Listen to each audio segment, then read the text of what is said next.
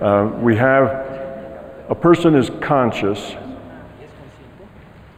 a person has consciousness, okay? But there's also a sense of your moral perspective, okay? And your moral perspective is your, now let's see, is it pronounced conscience? Conscience. That's called conscience as opposed to conscious. So I understand in Spanish the words are the same, so there's a difficulty there between those, okay? So your conscience is your moral perspective. That's your conscience. You do something bad, then you don't feel so good about it. You say, oh, I shouldn't have done that. That's your conscience. But your consciousness, you see, is this thing that I've been talking about, your consciousness. That's who you are.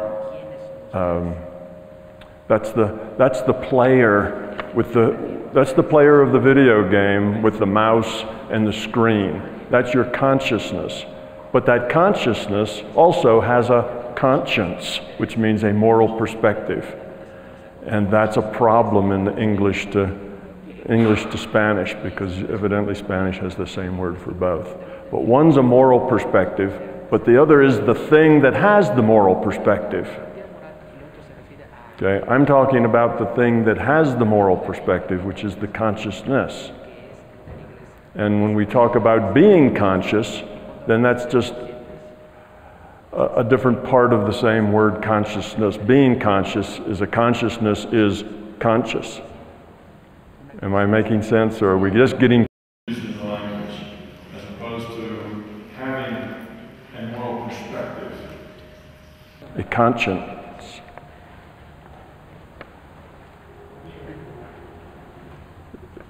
Comprende? Okay, so that was just a little confusion going on there. So let's read these, been asked to read these definitions again. And of course, all this will be one day, hopefully not that long, hopefully just a couple of months, this will all be on YouTube.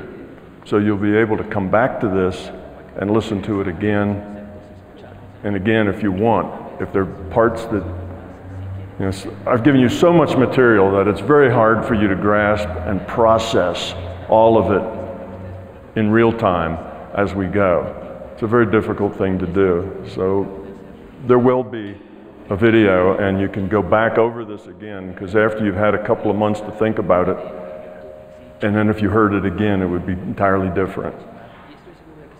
So let's go back over those before we start the new material. The first definition I had was awareness, and I defined awareness as being conscious, which means being aware, which is different than having a moral perspective. Okay, it's being aware. If you're aware, then you're conscious. Okay, awareness is the knowledge of both self and other than self. So you're aware that you exist, and you're aware that there's an outside world that also exists. That's awareness. If you had no awareness, there would be not even you. You wouldn't exist, nor would the outside world exist, you see. No awareness means nothing. So awareness is that awareness that you exist, awareness that the outside world exists. Awareness is a sense of, an appreciation and understanding of one's own existence and what exists beyond oneself. Awareness is capable of experience and learning from that experience. It is both necessary and good. That's awareness. Now, will is awareness focused toward the achievement of a goal. So you have an awareness and you have a goal. That's the will of that awareness. It's focused upon the achievement of a goal. It's your will to accomplish something. Intent. Intent is the expression of active will within consciousness. So you see, we're building on these words. We're defining words and then using them. So intent is the expression of active will. Will was the awareness focused toward the achievement of a goal. So intent is that active will of consciousness. So you have consciousness, it has an intent. That's its active will. Now the next one is love. And we can talk a little bit about love. I suppose we might as well do that. Love is about other. Okay. Love is other focused. It is creatively expressed as compassion toward and caring about other. It expresses itself in terms of service and value to others. Love is awareness expressing an intention to be helpful and useful to others. To be more precise, compassion and caring, service and value, being helpful and useful to others are the results of awareness acting on a love-based intent. Okay? So if you have a love-based intent, then your natural expression of that love-based intent is compassion and caring, service and value, being helpful and useful to others. All right. Maybe we'll just take a little pause here and talk a little bit about love while we have the opportunity, and we're mentioning it. We'll expand that a little bit. You've probably all heard the term or the phrase that you can't love somebody else until you've learned to love yourself. Okay? And now that will be very confusing because I'm saying love is not about yourself. If it's about yourself, it's ego. Well, what's the difference here? Why the discrepancy? Well, it's just a matter of how you use words. I find it to be not very, not very good choice of words to say that to use love in respect to yourself, that you should love yourself, because the immediate question says, well, you should love yourself, but I don't mean narcissism. I don't mean egotism. I don't mean love yourself, oh, I'm so great, I'm wonderful, I'm better than everybody else. We don't mean that by love yourself, you see. So when you use that term, you should love yourself, now you have to explain that you don't really mean love yourself. That's not what I mean at all. I know that's what I said, but that's not what I mean. And it's a confusing thing. What a person means when they say you have to love yourself, they mean that you have to not dislike yourself.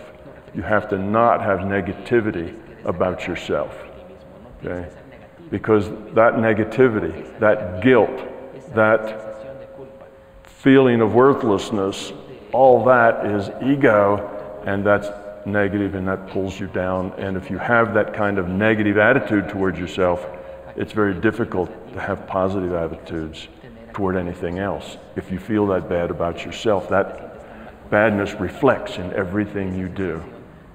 So that's really what they're trying to say. They're not trying to say be narcissistic, have a big ego. They're saying don't be so hard on yourself. Let all that negative stuff that you feel, all that insecurity, that's the problem. You need to let go of that first. So there's really no disagreement. It's just a matter of how you use words. And I find it difficult to use words that say something that you don't really mean, which is you need to love yourself, but no, you don't really need to be narcissistic, you see. So that's why I don't use that. So anyway, that's one little point that might bring out. You need to be authentic. You need to accept yourself. You need to start from who you are. Before you can learn anything, I shouldn't say that, but before, your place to start with your learning is to accept yourself. That has to be your starting place. Because if you don't start with an authentic self, then how can you change yourself? You don't even know who you are. You're not even, you're not starting from where you are. You have to say, here's where I am. Whether that's pretty or whether that's ugly, here's who I am. And from there, once you accept that, it's just the way it is. Now you can go on to change it. But if you won't accept who you are, if it's, well, I'm not really like that, you know, and you have denial or you suppress, then how can you change who you really are? Because you're not even starting from an authentic self. You see, so that idea that you have to start from a place of accepting yourself. Here I am, and I'm going to improve. Let's go. That is the way you have to approach it. Now, let's see. Another thing about love, while we're on the subject, and I'll continue with the definitions, is love is given unconditionally. Love is something you give. If it's not unconditional, it's not love. Okay? Most of us, you know, we use the word love in all sorts of ways. You know, we make love, and often that doesn't have anything to do with love. You know, we talk about we love people, and sometimes that really doesn't either. Our relationships often have a large component of need in them, and we confuse love and need. We have need, and many relationships are need-based. You and whoever you're having a relationship with, it's because you need each other. You have certain needs, and that person fulfills your needs, and they have needs, and you fulfill their needs, and that's called love.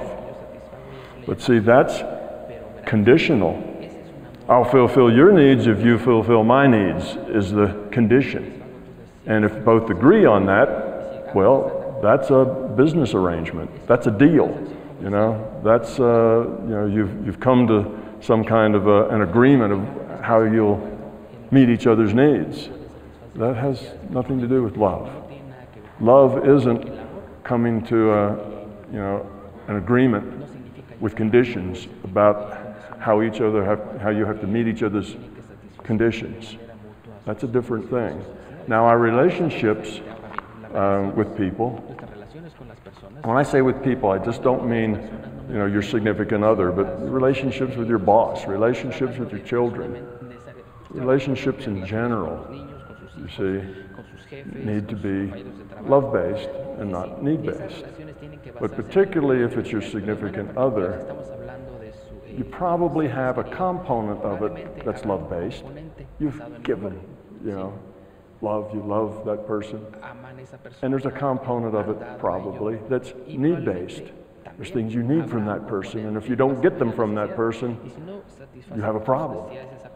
You don't feel right. The relationship's not being what you want it to be. It's not meeting your needs. See, so that's something to think about. If it's not unconditional, it's not love. There's a difference between love and striking a deal to meet someone's needs and they meet your needs. So we would like to grow our relationships to have less of that deal that we make, less of that conditional in it, and more of the love in it. Love is something you give away. Love is forever. You don't give it and take it away. You don't earn somebody else's love. They have to just want to give it to you. You see, it's a gift. You do earn like. You do earn trust. If a person likes you, you have to earn that like. If a person trusts you, you have to earn that trust. If a person loves you, there's nothing you can do to earn it. They just have to give it to you. You see?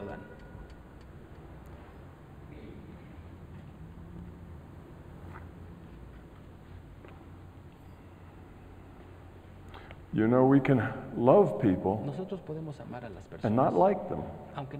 We can love people and not trust them. You see, these are different things. So love is when we talk about love here, we're talking about, it has to be about other. If it's about yourself, it's something else. Probably ego, probably fear-based, but not necessarily. All right, let's go on to the next definition, and that is fear. Fear now is the opposite of love. And if you contrast this definition with the one I just read about love, you'll see that they just are the opposite of each other. Fear is about self. Fear is creatively expressed as ego, belief, expectation, wants, needs. It expresses itself in terms of value to self. I need, I want, I believe, I expect, I deserve. Okay? That's fear-based. To be more precise, ego and belief, self-centeredness and expectation are the results of awareness acting on a fear-based intent. Fear is the fundamental nature of a high-entropy consciousness. Now, if you have a very good memory and you contrast that with the one we said about love, you'll see that they're in the same structure of both of those sentences. It's just they're opposites of each other. Okay, now ego. Ego is not simply just self-awareness. Remember, the first definition was about awareness. And you can be aware of self. Remember, awareness is awareness of self and awareness of not self, of everything else. But ego is not simply self-awareness. As we said above in that definition of the consciousness, a sense of self, a sense of one's own existence, is both necessary and good. And a sense of other is necessary and good. Otherwise, there could be no collective experience or learning. If you didn't have any sense of your own existence, how are you going to cumulatively learn through experience? It wouldn't even exist, you see. It wouldn't be in your awareness. While love expresses awareness in the service of others, ego expresses awareness in reaction to fear. Okay? Ego expresses awareness in reaction to fear. Thus, ego is the result of awareness acting on fear-based intent. So you see, ego is a child of fear. It's generated by fear. So now you have this self-awareness, and this self-awareness can act with a love-based intent, okay, and that's where we get our compassion, our caring, you know, that sort of thing, our cooperation. Or this awareness can act on a fear-based intent. And if it acts on a fear-based intent, that's what I'm calling ego. Now, in some people's minds, they call ego just all self-awareness, you see, is ego. And the reason we got to that idea that all self-awareness is ego is because the word was defined in terms of average individuals. Let me say this another way. Freud coined that word ego. Okay? Now, when he was making his model, when Freud was developing his model, he looked at a lot of people. You know, he was an experimentalist too. He looked at a lot of people, and he saw that all of these normal, seemingly happy and healthy people that he thought seemed to be doing all right out in the world, seemed to be okay. They all had this strong sense of self. They all had this awareness of how they fit in and connected and what they needed and how to go get and meet their needs or how to deal without. And they had this self-centeredness, and that was normal. Therefore, that was good. And it was just this, that became their self-awareness.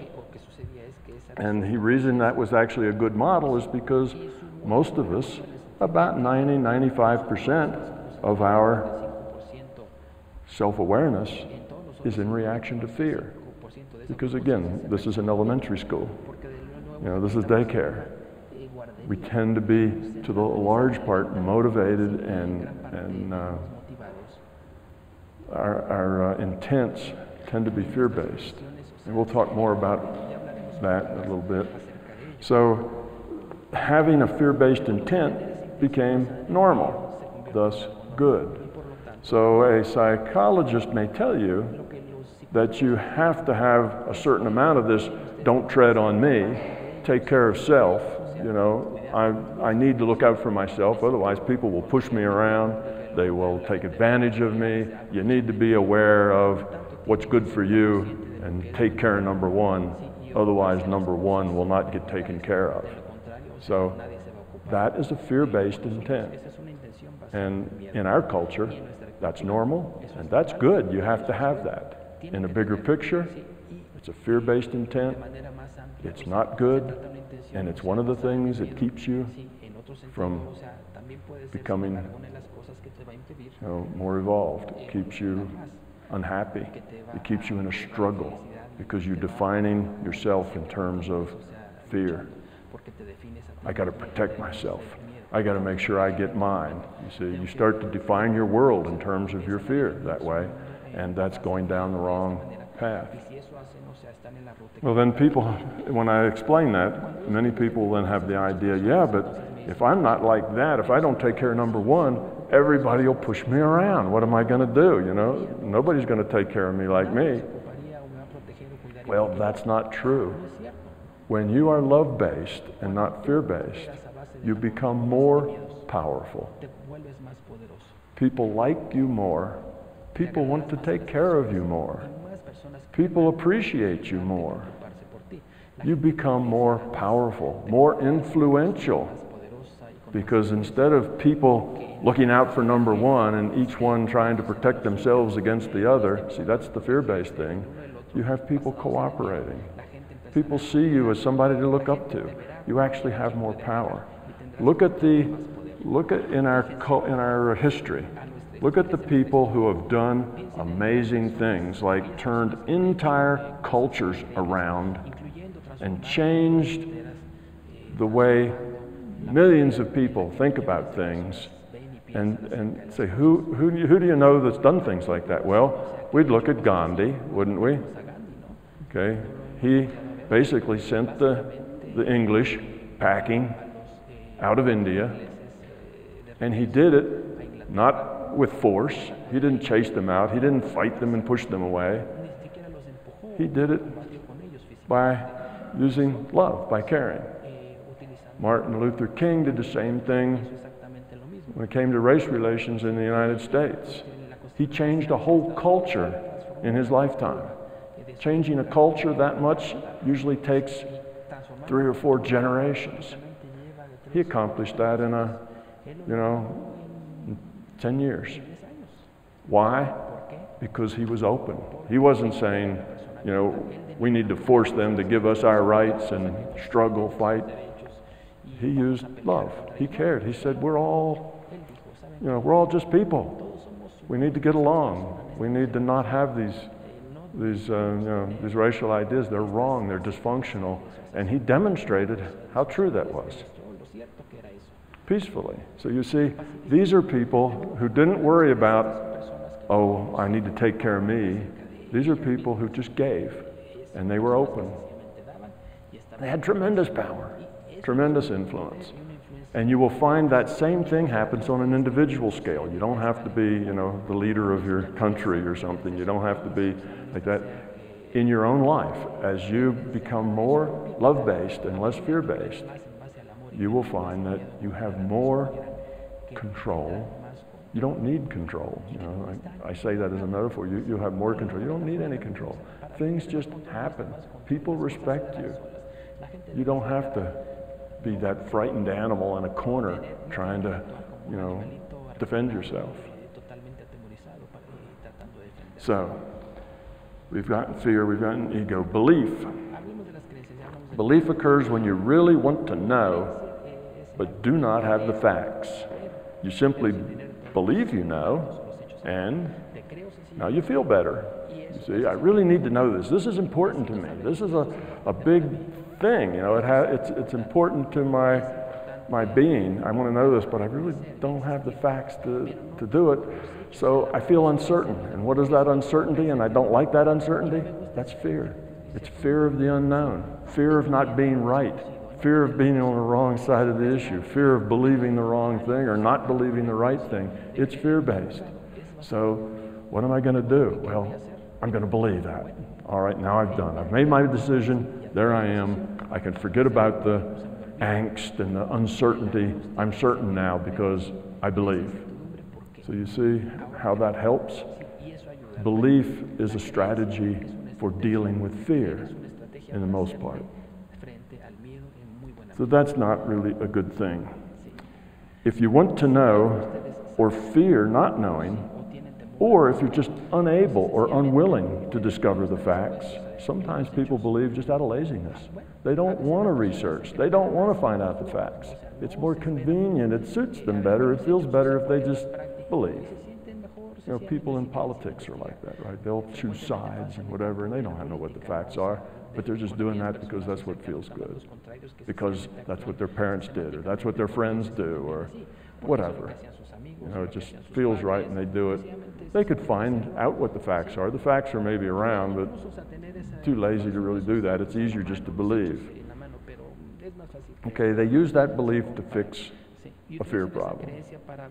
But at the same time, it fixes that fear. It seems to fix that fear problem. It doesn't really. It just glosses over it. It greatly reduces the probability that you'll ever actually find out the facts that you don't know. Because as soon as you get to the point that you say, I believe, then you no longer are open, looking for things that contradict that belief. You see things that contradict that belief, you ignore them. You toss them out. You refuse to look at them. So that's what I call a belief trap. If you get stuck in a belief trap, all you've done is cut yourself off from the information that you might need to go beyond. Okay, and we're going to talk about it. So, I think we're now going back through those definitions, and that was kind of fun, learning about a little more about love and so on. Now, I'm going to answer a couple of fundamental questions that I expect you're all much too polite to ask, but I don't know if I told you in the beginning. Please don't not ask a question because you think it might not be polite. If it's a serious question, and you really need to know, ask it. See, politeness is not required. Genuineness and real interest is. So here's some questions you probably would like to ask, but probably won't. But no, please ask any question you want. There are no questions that are off the table. You can ask anything, and they can be hard questions. You know, that's all right. As long as it's an honest question, it's a good question. Well, here's one that I think you might want to ask. What makes you think that this model is correct? How correct is it? And where is it going? Where are these ideas going? What is it leading to? You know, what's important about it in the big picture? And the second question we'll get to then after that is, why should I care? You know, what does this really mean to me as an individual? Why is it important? Why should you make an effort to understand and make an effort to deal with this information rather than just let it breeze through your intellect and then forget about it? Okay, so those are two questions we're going to think about. Well, to answer the one of what makes me think this model is a good model, and I would say is a good model rather than correct, and that is that the same criteria that describes any good model. How does any scientific model, and this is a scientific model, how does any scientific model become a good model or a poor model? How do we make that judgment? The judgment on the value of a model is how well does it answer the mail? How well does it answer the facts that we know? Now, when I say the facts, I mean the experimental facts, the things that we have measured, the things that we know are like this, not opinions, but the facts. Does your model actually agree with the facts? That's number one. Number two is, can this model predict new facts, and then have experiment confirm them. Okay.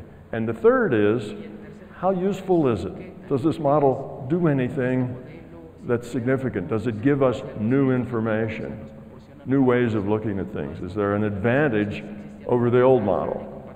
Okay, those are the ways that those are the three conditions that make any model a good model or a bad model. That's how science decides what a model is. Okay. You don't decide how good a model is based on how well it agrees with your beliefs. That's not a good way to decide whether a model is good or not. Let's see. This model fits the known data very, very well. So far, there isn't any of the physics or fundamental metaphysics or even fundamental theology that it doesn't match precisely, match very well. And it predicts new knowledge. There's lots of experiments now in science that have no answers. For instance, if you Google PAIR Labs, PAIR being an acronym, P-E-A-R, Princeton Engineering Anomalies Research, PAIR. It's a group of scientists that came out of Princeton University, where Albert Einstein did his work. And they have, for the last 30 years, been examining what's called anomalous effects, which means effects that really shouldn't happen, effects we just have no idea why it works that way. And mainly what they've been looking at is how mind affects matter. And they have done these experiments over and over with immaculate scientific protocols. And their statistics, of course, they keep very tight statistical control of their experiments and their environments. Their statistics of merit, you know, statistics will tell you whether something is likely to be just chance or not. And that's how almost all of the science is done. That science is done with statistics. Is you do the statistics and it says how likely is it that your result was just chance. In other words, that your result didn't actually mean anything. You just got it and it was a lucky guess or something. Well, from PAIR Labs, if you Google PAIR and go to their site, you will find a little video that'll explain what they've done and how they've done it.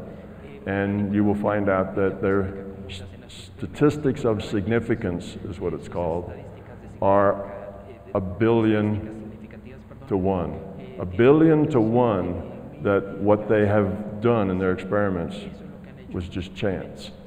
Well, I tell you, in most science, if you get 1,000 to 1, it's considered a fact. 100 to 1 is good. You know, 10,000 to 1, nobody will ever argue with it. They're at 1 billion of 1. So it's in, you know, this is evidence that can't be really argued with. And mind does affect matter, but they have absolutely no theory or idea why it works, why they can do these experiments. This, of course, explains those experiments and how they work. And that's just one example. There's dozens. There's, you know, 20 or 30 I could list of these kinds of experiments that have scientific information and no explanation whatsoever. And this provides the explanation, a tight, logical, scientific explanation of how these things work. So that's why I think the theory is, you know, a good theory, a good model. Now, do I think it's perfect? Is this absolutely correct? No, of course not. Any theory, if it's not very simple, is a living thing. It grows. As you have more experience, as more information comes in, it changes. It evolves. What I'm talking about today and some of the scientific things I'm telling you today, I had no idea when I first published the books. See, it keeps growing, it keeps becoming, and I keep looking for things that are outside of it. I don't believe in this model. If I believed in it, I'd no longer be looking for things that were contradictory to it, and I am looking for things that are contradictory to it. And I would, like I think I told you this before, I suggest that you don't believe this model either, that you just accept it as something that seems to work, something that fits the data, something that makes sense of not only the scientific facts, but of your own experiential facts, your own explorations into mind and consciousness, into being, and that it makes sense to your life. So that's kind of the thing. The model is a living, growing thing. It's not to be believed, it's to be tested. So test it is what you really should do. Now, why should you care? Well, before we get to why should you care, I'll answer the question of where is it going? You know, what's it doing, and how does it fit into the bigger picture of thoughts and ideas? Well, I mentioned earlier that science now has moved a giant step in the direction of accepting this model. Now, most scientists have never heard of this model because they don't come to things like this, because this is that kind of woo-woo crazy stuff that they would never come to. So it's still not on their radar, but nonetheless, they've been moving dramatically toward a virtual reality.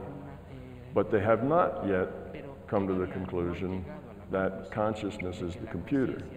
That's a very hard step for them to take, because that kind of flies in the face of all the things that they've held dear for the last 200 years, and that's difficult. So where they are now is saying, yes, it's a virtual reality, we agree, and yes, I see that a virtual reality can't just compute itself. It doesn't just suddenly appear and start computing. That's just mystical. And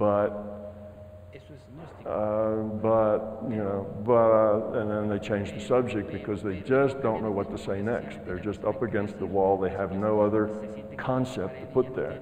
So they're painting themselves into a corner once they understand that it's a virtual reality and no way to explain where that came from. Now, Dr. Fredkin, who I mentioned before, he said it came from other. In other words, we don't know, but it didn't come from here. That's too big a step for most of the physicists to take. They will have to, though. It's the only logical step. A simulation does not create itself. So, here's where I think it is going. Scientists in our culture are the new high priests. It's the scientists that tell us what to believe. 500 years ago, 1,000 years ago, it was the priests that told us what to believe. They told us about the nature of reality and what was real and what was not.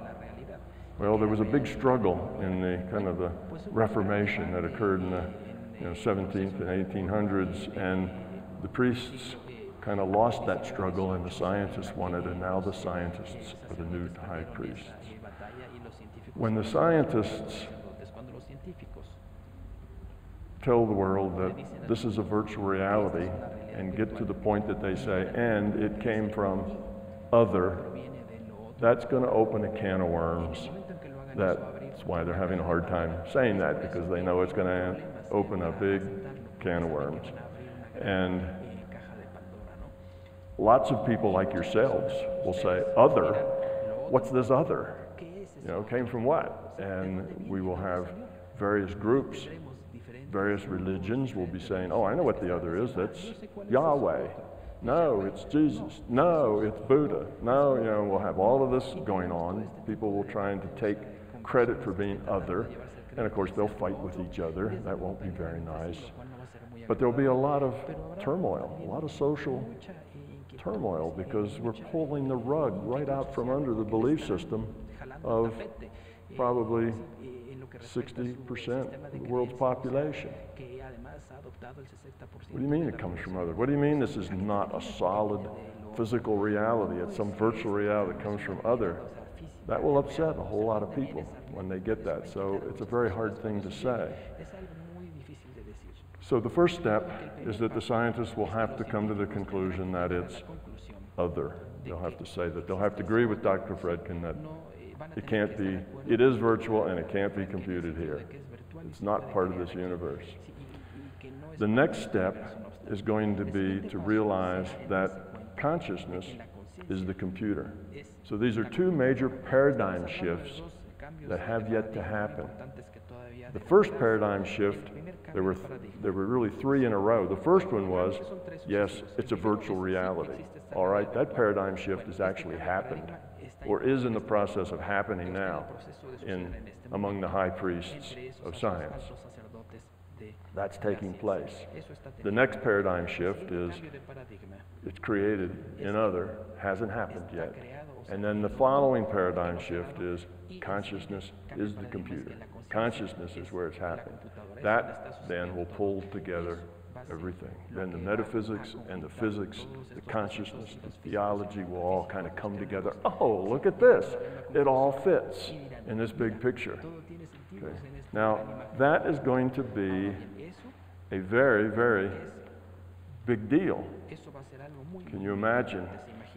There was a lot of dislocation, a lot of fighting, a lot of violence around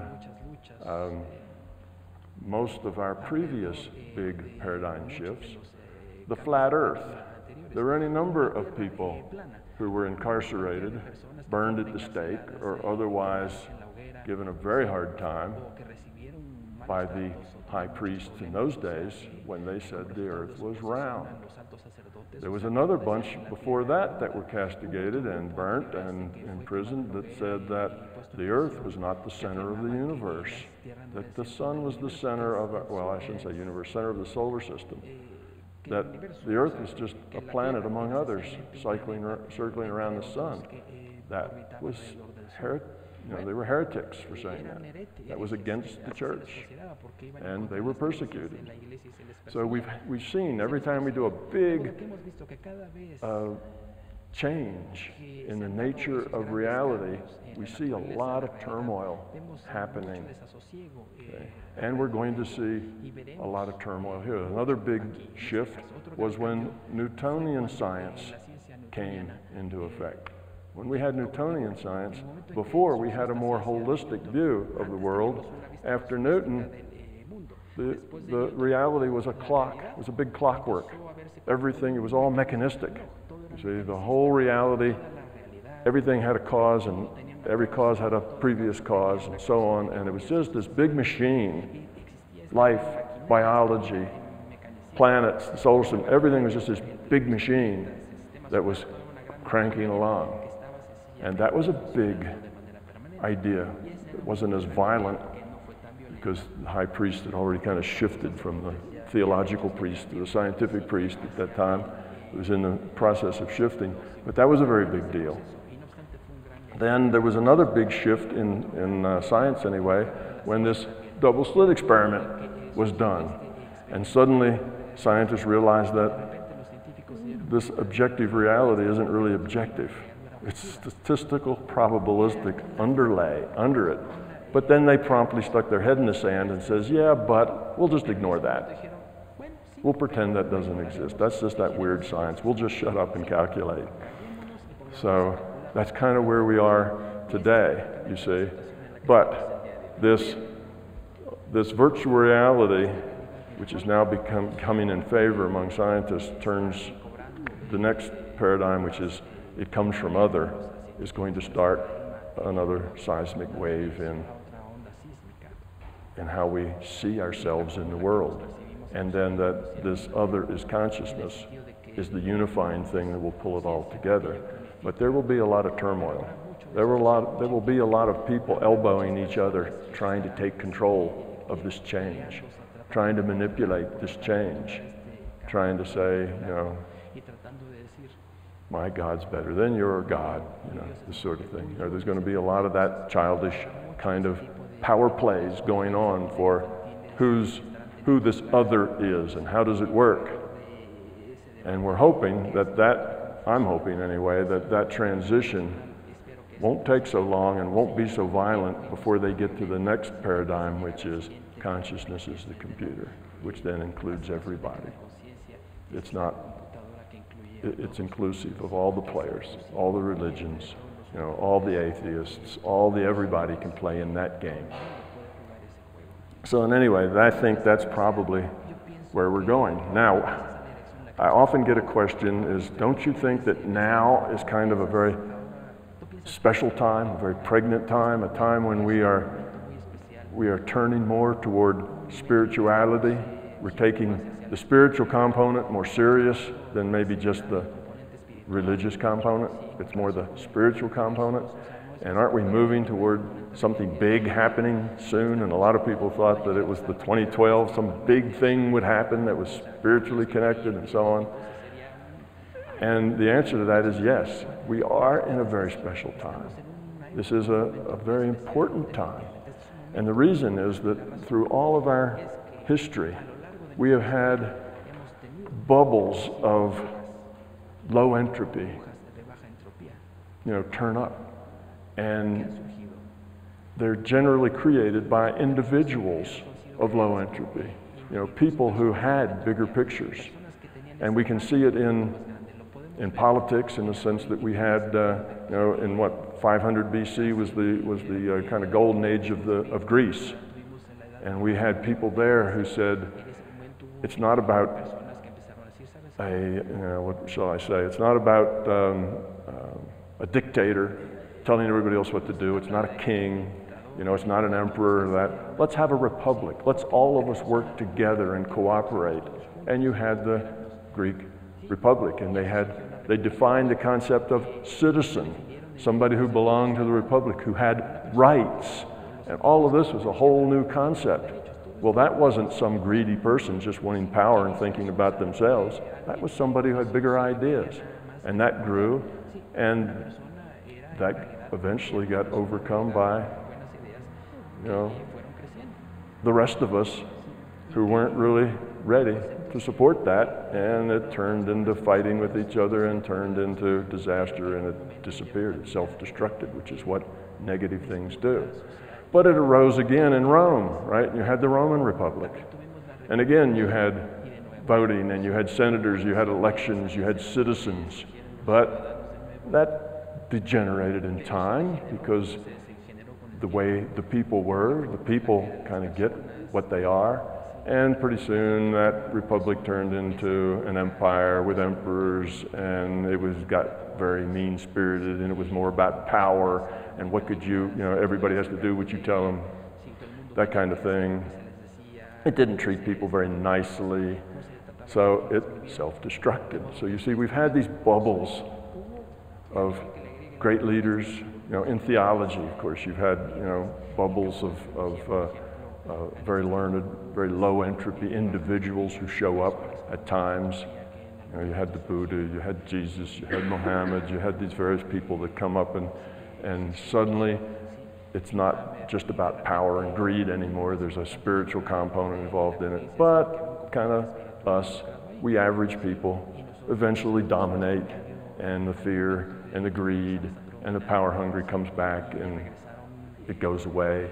We've been doing that now from as far as we have history. These bubbles have been coming. We can go even back 4,000 or 5,000 years to where we have, you know, Taoism in China and Krishna in India, you know, that started Hindus. And again, good ideas that were spiritual in their things, but then eventually they become dogmatic, and they become ritualistic, and, you know, now it's more about fear. You know, if you don't do this and if you don't believe that, you know, you're going to hell, or this happens and you need to give us 10% of your money, and it becomes a whole different kind of thing than when it started. So this has been going on, and what's different now? Well, the reason these things kind of bubbled up and then disintegrated was because they were all individual little things. There's a bubble here and a bubble there and a bubble someplace else. At any one time, there's probably thousands of people who are very low entropy, you know, walking around in our midst, but they're not connected. You know, there's no organization. There's not a thing going, because that's not the way spirituality is. It's very individual. You don't go out and start an organization. That's not the point. It's being loved, you see. So it never really got together.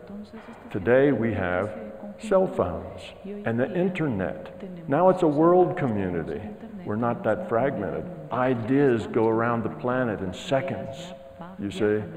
Things that we do here will be viewed on YouTube by people all over the world. See, it's a different ball game now. So these little bubbles of spirituality, these little bubbles of love can kind of affect big areas now instead of just a little area. Okay, here's the area around Galilee, and that got affected, you know, for a while. And here's the area, you know, in Rome, and that got affected. But it all kind of goes up and then kind of peters out into ritual and other things. So this is a very special time. Now we have this internet that we can connect with people all over. These things can spread worldwide rather than just in local areas. And okay, other things spread, you know, Christianity spread, Buddhism spread, but it's spread over millennia. I'm talking about spreading over years, you know, in a decade. It's a big difference. And when we get there, I'm hoping that enough people will have the bigger picture of consciousness as the computer, that instead of wanting to fight each other for who's dominant and who can claim other for their own, we can say, hey, look, there's a bigger picture. We can all play. We can all understand, you know, that it's about love. You know, consciousness is the computer. You can't, one group claiming ownership of other and they're superior to everybody else is just the old paradigm working itself again.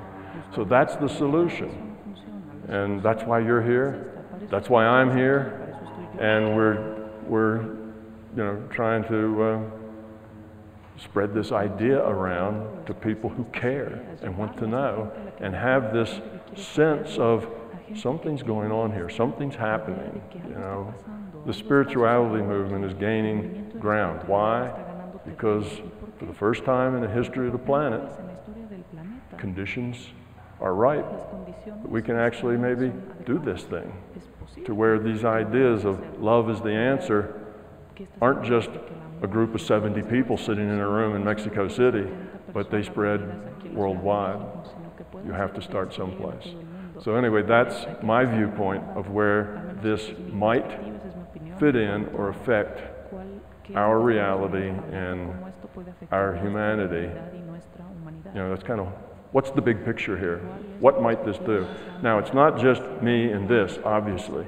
I'm just one of thousands of people who are saying similar kinds of things. There's all kinds of people now that are saying very similar things.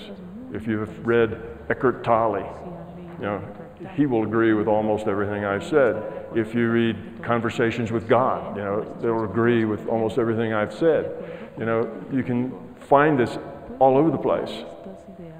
You know, I'm just another one. What I bring to it is the glue to bring it all together as one, you know, thing, and I bring in the high priests, because without the high priests joining, without the scientists joining and saying, yea, verily, you know, realities like this and other is where it comes from, and conscious and computer, if the high priests don't say that, well, then it's not right.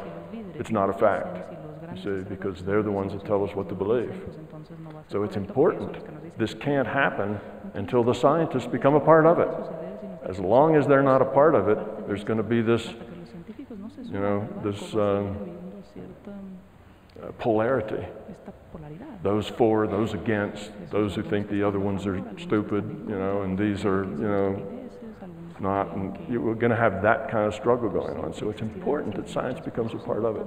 So we need to make the left brain people who only want logical process, and the right brain people who really don't need logical process, they get there intuitively.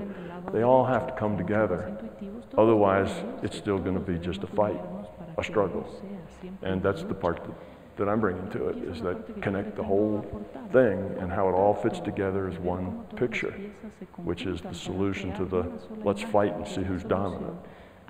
So that's kind of the way I see. I'm just one player in a whatever, but I bring my part to it, which hopefully will add at the time it needs to be added, which our first opportunity as a race is now.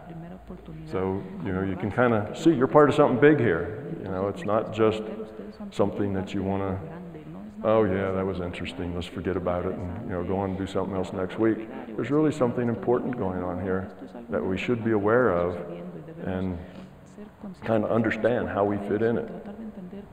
So that's, I thought you might find that interesting. So why should you really care about this? Well, that's one reason. You know, it's important in a much bigger picture than just you as an individual. On the other hand, why should you care about it as an individual? Why is it important to you? Well, there's a bunch of reasons, and it's not obvious, but I hit on it a little bit yesterday. It's not really obvious, but because this reality has been designed for consciousness to evolve, and because the system, the larger consciousness system, tries to help us succeed, you're in a game where there's a definite purpose and a definite way to progress through this game, and a definite way to win. You know, I say there's a way to win the game, win being a metaphor. Okay? The game is constructed so that if you move in the right direction, if you increase the quality of your consciousness, you know, you progress, you pass go, get $200, you know, you're winning the game. And if you don't, if you're dragging your feet and you're not part of that process, then you get reminded that you're not growing. And the way that works is that if you are growing up, things work wonderful for you. Your life is terrific. If your relationships are about love, not about a deal you make about trading needs, then your relationship becomes wonderful. You see, perfect. You don't struggle in that relationship because the two of you are trying to give to each other. It's not about what you get. And you don't get unhappy because you didn't get what you wanted. You see? So your life gets so much better. Most of the things that we struggle with, most of those things that create ulcers, most of those things that upset us and keep us on edge, make us cry, you know, and get us upset, most of the pain in our life is all self-inflicted. We create that because we approach life with fear. We approach it with ego. And that's why life is hard. That's why it's challenging. That's why it's painful. And if you approach it with love and you approach it with cooperation and caring about others and not about yourself, okay, nobody's saying, yeah, but what about me? Nobody's elbowing to get their fair share. What happens? You get more than your fair share. You don't have to elbow to get it.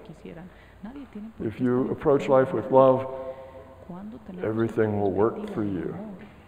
So all the pain that you deal with on a day-to-day basis, all the disappointment, all the, if things could only change, if only, you know, that person would see it my way, if only the boss would give me a raise, if only my wife or my husband would stop, you know, doing this or do that, or if they do this, you know, if only it was just the way I want it. You see, with that approach, it'll never be the way you want it.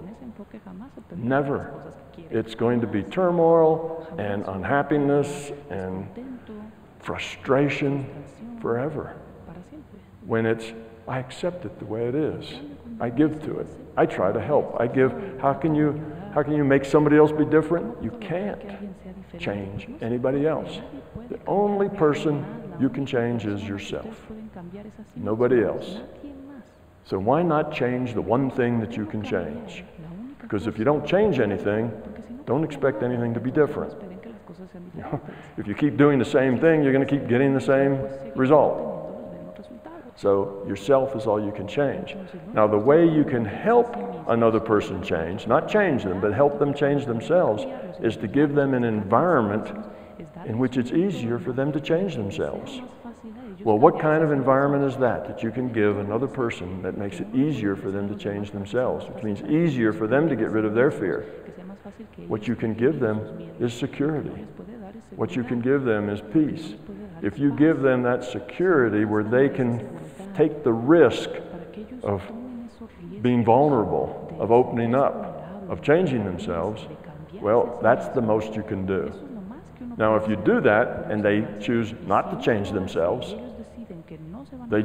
instead they say, oh, I'm glad you're so giving now, I'll abuse that, I'm going to take advantage of you. Well, then you need to move on to greener pastures. You see, everybody has a potential to love, but we all have different capacities for love. If we have a whole lot of fear, our capacity to love is less. If we get rid of that fear and ego, our capacity to love is greater. So you can only fix yourself. Increase your own capacity to love, give that love away, and accept what happens. Remember we talked in the beginning, the little formula for what happens here? Stuff happens, we get to deal with it, and how we deal with it determines whether we evolve or de-evolve, whether we grow up, whether we grow spiritually or not. So that's kind of the bigger picture of what's going on. Why should you care? Why should you actually take this seriously? Because it will totally change your life. It'll make you a different person. It will completely change your relationships. But you don't change your relationships by changing other people. They have to change themselves. You can't change them. You can only give them the security and the love and the support that enables them to change themselves more easily. Whether they do or not depends on them and their capacity to grow. People will grow only when they're ready. You guys are all here because you were ready. You wanted to hear this. You found this interesting. You're ready. You're seeking something. You wanted to hear somebody talk about, maybe a different way of viewing life. Because you're seekers and you're ready, that's why you're here. Why aren't other people here? Well, maybe they just didn't know about it, but maybe they just weren't ready.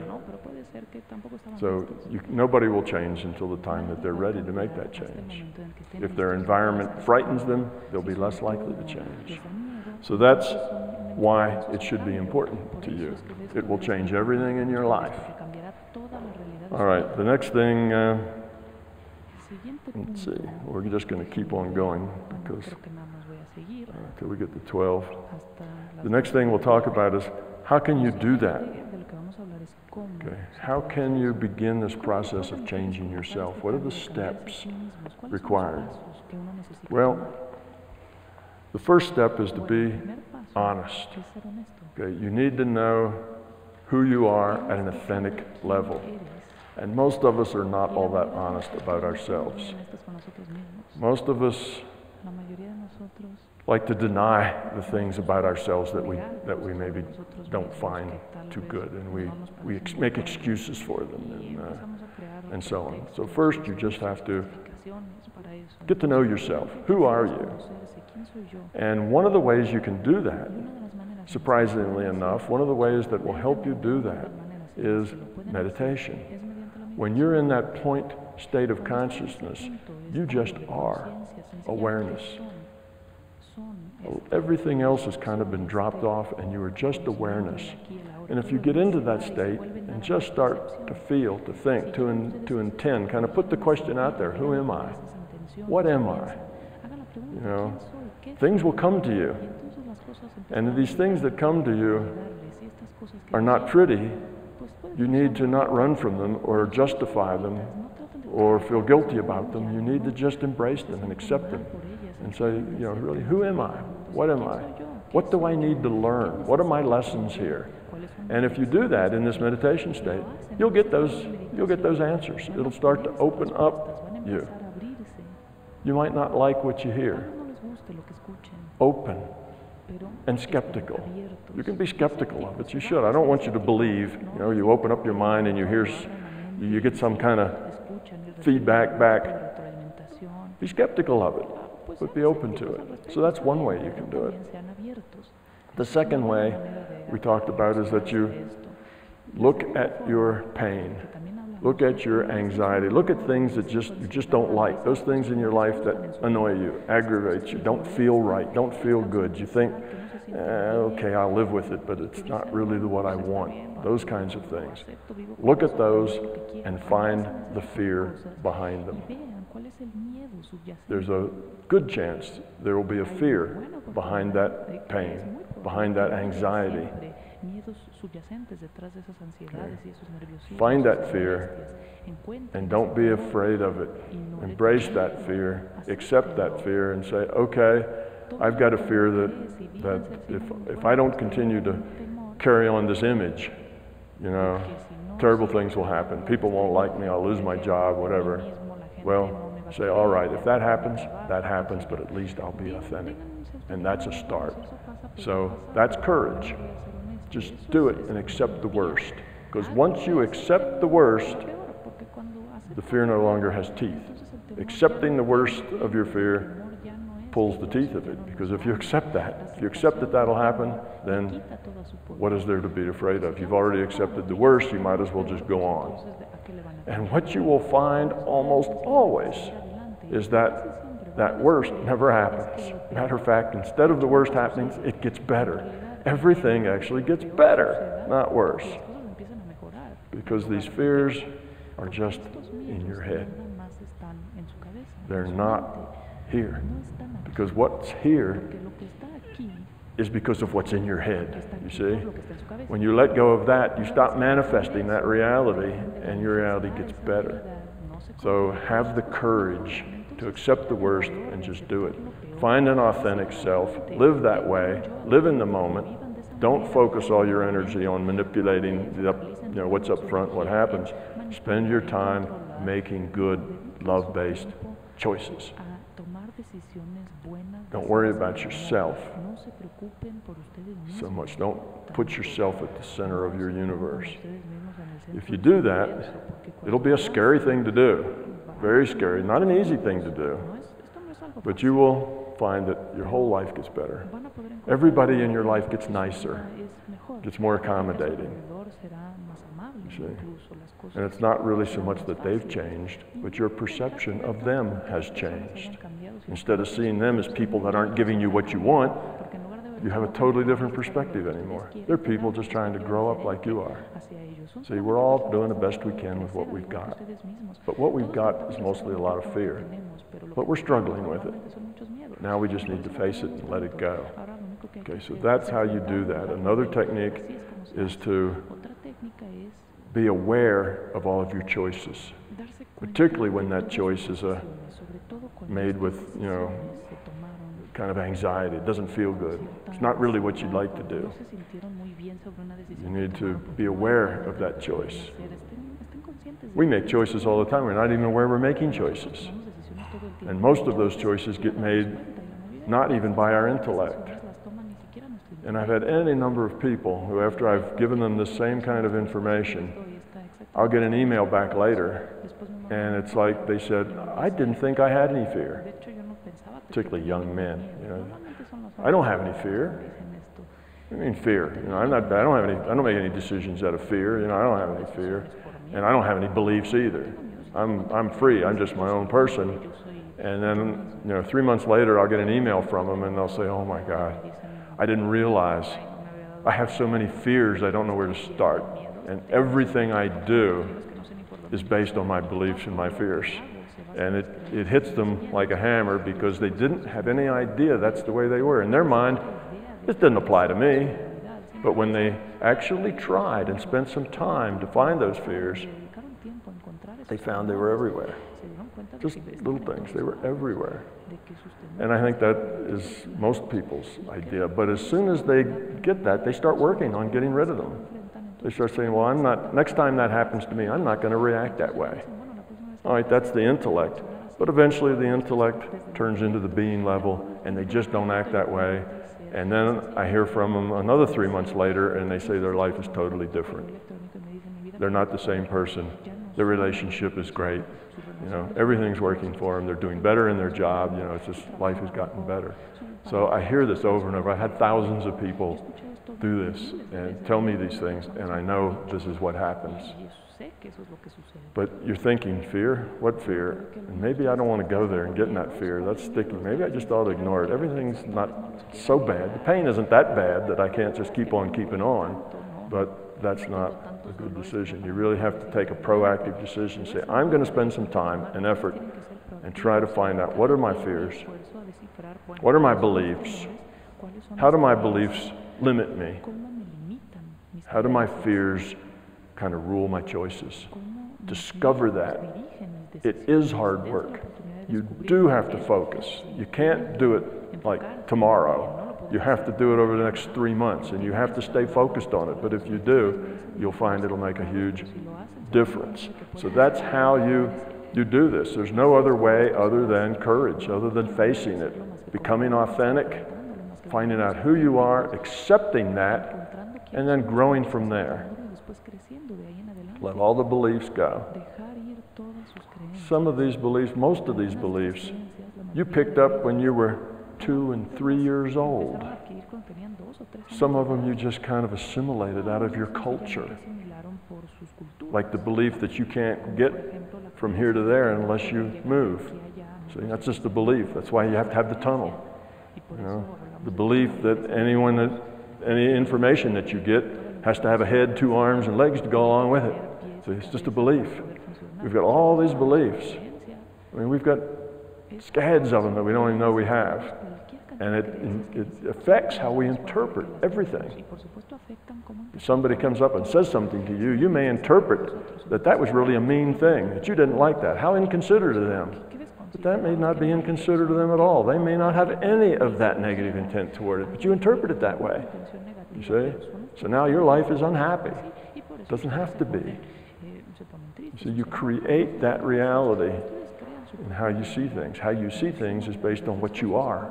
If what you are is fear and belief, well, you create a mess, and then you live in a mess. And a lot of people live in a soap opera all the time, wringing of the hands, gnashing of the teeth, in their families, right? In their families, and they're always arguing, and this person's trying to make that person do this, and they're resisting, and that person's trying to impose their ideas this way, and it's just a constant soap opera of everybody trying to manipulate everybody else to be the way they think they ought to be. And they live their whole life that way. That's such a waste of potential, you see. Because not only do you have to realize that you're full of fear, but so is everybody else. And they're dealing out of their fear. So you can just let that go and say, well, that's just who they are. They're doing the best they can with what they have. They're not terrible people that I should be angry at. It's just the way they are. Now, how can I learn to work with that positively? One, I won't react to it negatively anymore, but how can I work with that positively? How can I help them with their fear, you see? It becomes about other, not just about yourself. So that's kind of the, how does it affect me, down at the personal level. So I just did the 2 levels. Up at the big level, what's going on in the world? What's going on with the whole concept of reality here among human beings on the planet? And this is the first chance ever to actually make the whole world unite in an idea of love is the answer. Wow, one world family. What a concept, right? Well, everybody knows it's a good concept, and everybody knows if we were all cooperative and treated each other with love and so on, it'd be a much better place to live, but it just can't ever happen because you get little bubbles of it, and then those bubbles get squished because they never get to connect. So we have the big picture and the little picture down to ourselves, and it's the whole idea. Now let's see, what else are we going to talk about? I just have 2 more things on my list, and I've got 15 minutes to go, so that'll probably work pretty well. So the bottom line is that evolving, moving forward, and growing is many times more rewarding than failing, endlessly repeating our mistakes, slowly sliding deeper into dysfunction. Right?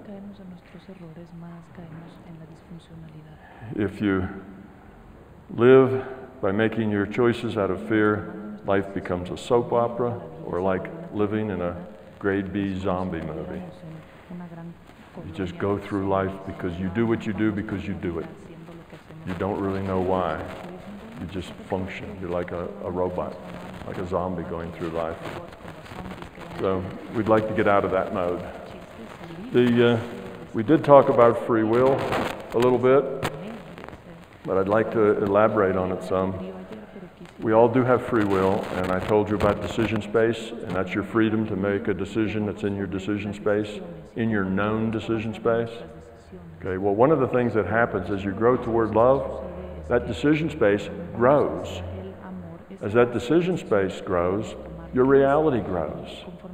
So as you evolve the quality of your consciousness, as you accumulate more spiritual growth, the reality you live in gets bigger, much bigger. You live in a bigger world.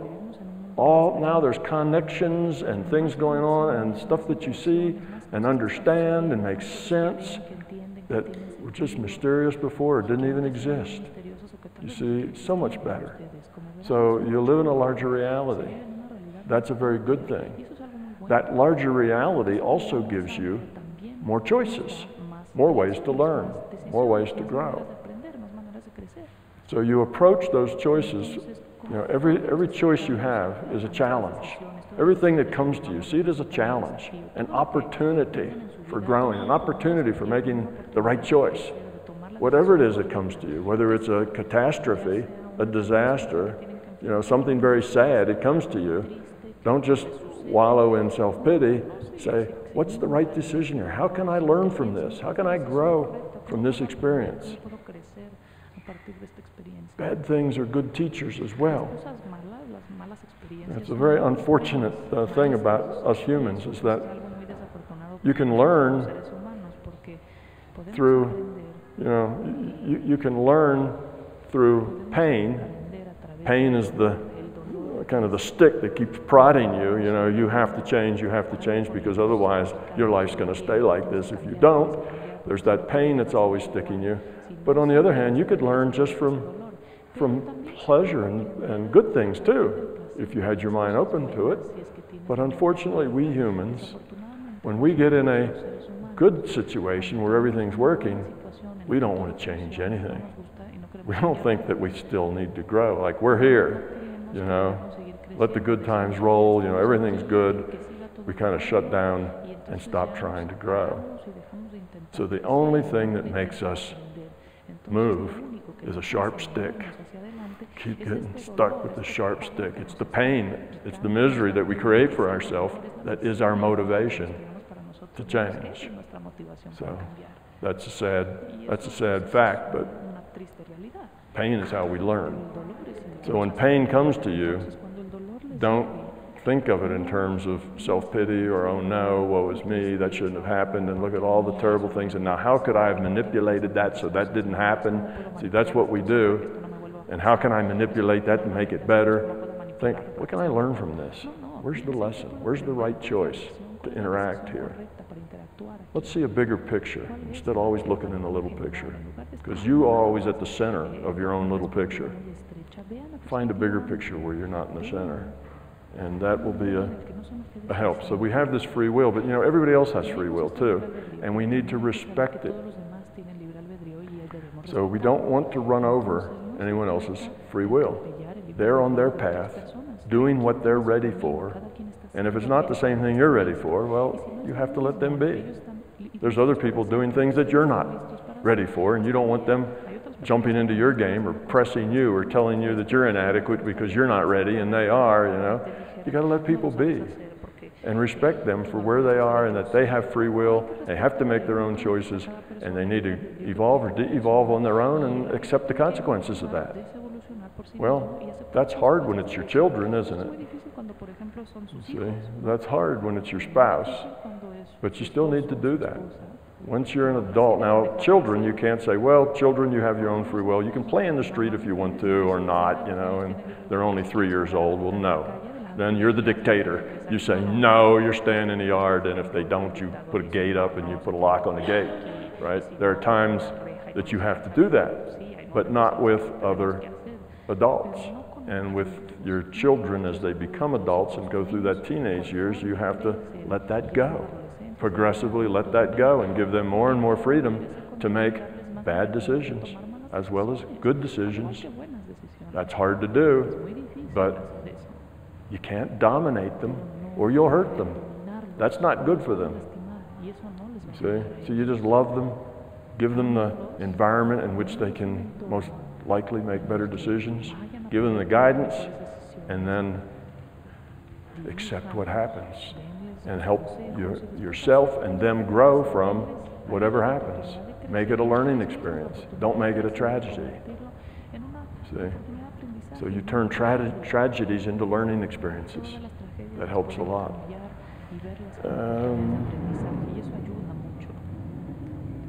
Okay, so that's one more thing I'd like to say is that when you think about this thing of evolution, don't get into evolution as a hierarchy. Oh, you know, I've been meditating for 10 years and I've been healing for 5 and, I'm just a whole lot more evolved than most everybody else. That sort of thing is not helpful. Don't see it as there's stratas of evolution and these people are more evolved than those people. Don't put it in a hierarchy like that. That's dysfunctional.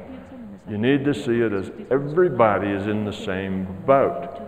Everybody's not at the same level in their evolution, but we're all in the same boat. And that boat is do the best you can with what you've got. Learn from what you're ready to learn. Capitalize on that.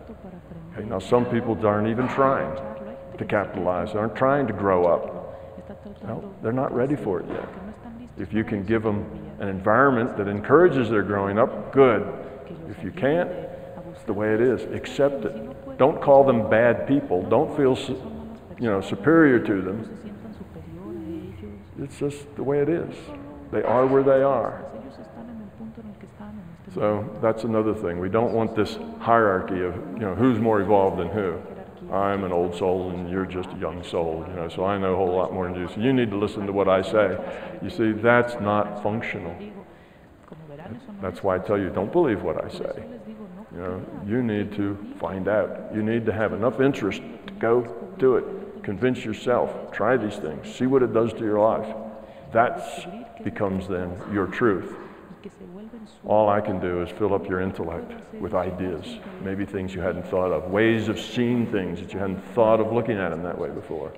So I'm trying to provide an environment for you in which your own growth is easier for you to do. But I can't make anybody grow or change in any even small way. But I can provide some information that maybe will encourage you to grow on your own. That's kind of the point. And Heisenberg, you'll find them saying things, they sound like me. They're saying things like, these experiments show that consciousness is an integral part of the physical reality, and that sort of thing sounds very mystical. They said those things 80 years ago, and then it all got ignored because nobody knew what to do with that information, how to go forward with it, and they didn't want to undermine their own scientific method with things that they really couldn't understand. So science is kind of up against the wall. This is being forced on them by their own experiments. They're not looking for it. They're not searching for it. They're not welcoming it. They don't know what to do with it, and they're being pushed into this realization. They're not reaching out for it. It's just they've been pushed enough that a sizable majority, or a sizable minority at least of them, now admits that this is the way it is, but they really don't know why. And they're not willing to go to even other.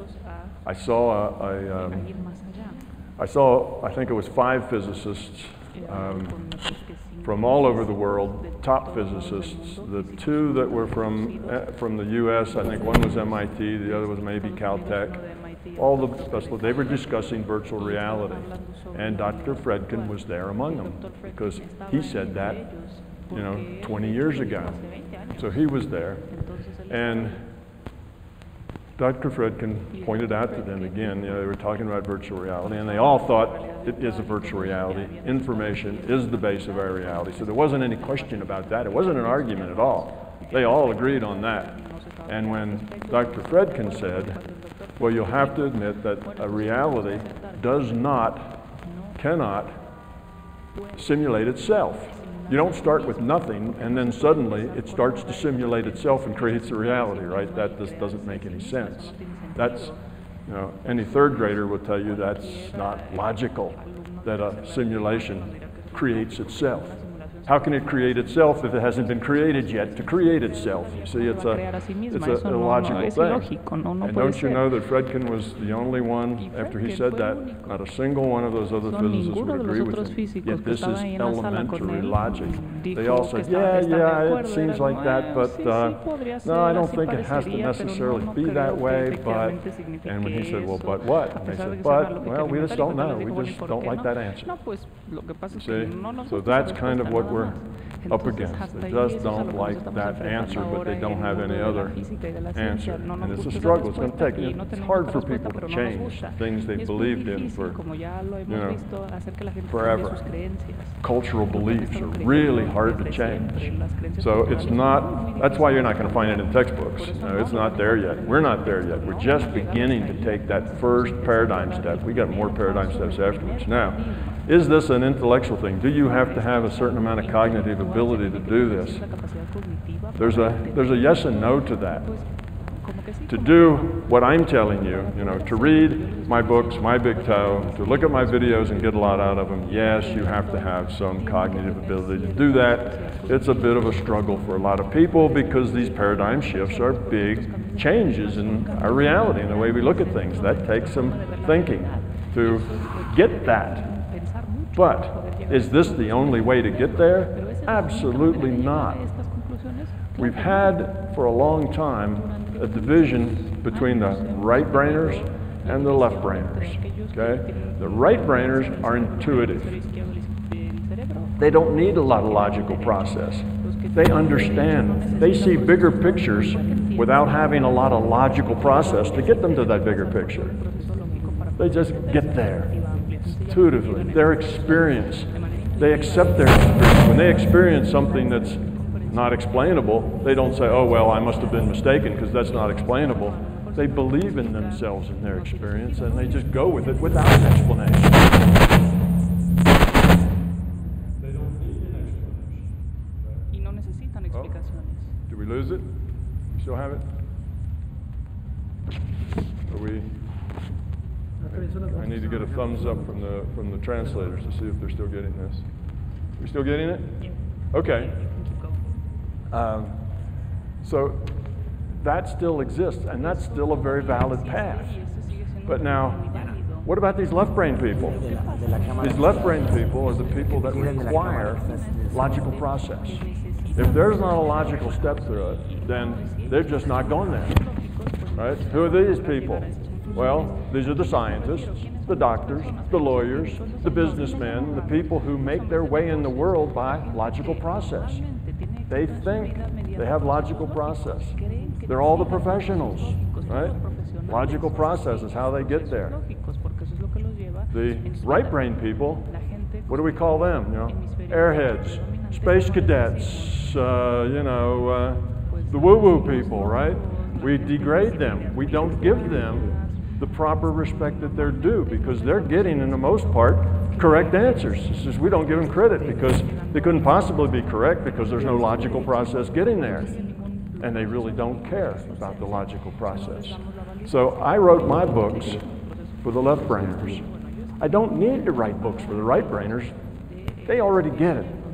No, they can't explain it to you because they don't get it in a logical way. But they get it just the same, and that's a perfectly valid way to get there. So you don't need logical process to get to this point.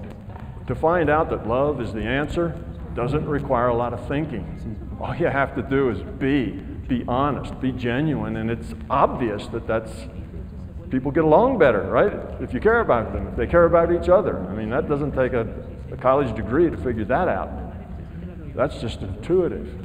But the logical process people, and who are these logical process people? They're all the people in charge. They're the people that make decisions. They're the people that make the laws and the rules all the rest of us have to follow, right? That's the logical process. They're the decision makers. They're basically in charge. Well, we need a way to get to those people. We need a way to show them that love is the answer, and that being kind and nice to each other is actually a good scientific idea with logical process behind it, not just some wishful thinking that nobody's proven that that really helps do anything. You know, it's a nice idea, but where's the proof? So I purposely wrote my book to give a path to the left-brainers who are kind of in charge of our world, making the decisions, so they could see that consciousness, love, caring, evolution, all of this stuff, they can get to it now. They've got a path that they can get to. Now see, there's hundreds of books written. Eastern philosophy, you know, says a lot of the same things I say. Like I say, you know, Eckhart Tolle, I mean, there's lots of stuff out there. And the right brain people get it already. The left brain people ignore it. They don't read it. So I had to give them a path. So yes, my books are like that. They do take cognitive ability to get through my process, but that's the value of them, not the problem of them. The other people who really don't want to go through that cognitive process, they already have an abundance of things to talk to them. People who need that logical process have nothing to talk to them. They pick up a book on philosophy, they read the first 3 pages, they put it down and say, this is a bunch of nonsense. There's no proof in here. There's no logical process, you know. Somebody's just making this stuff up. And that's it. They're not going there.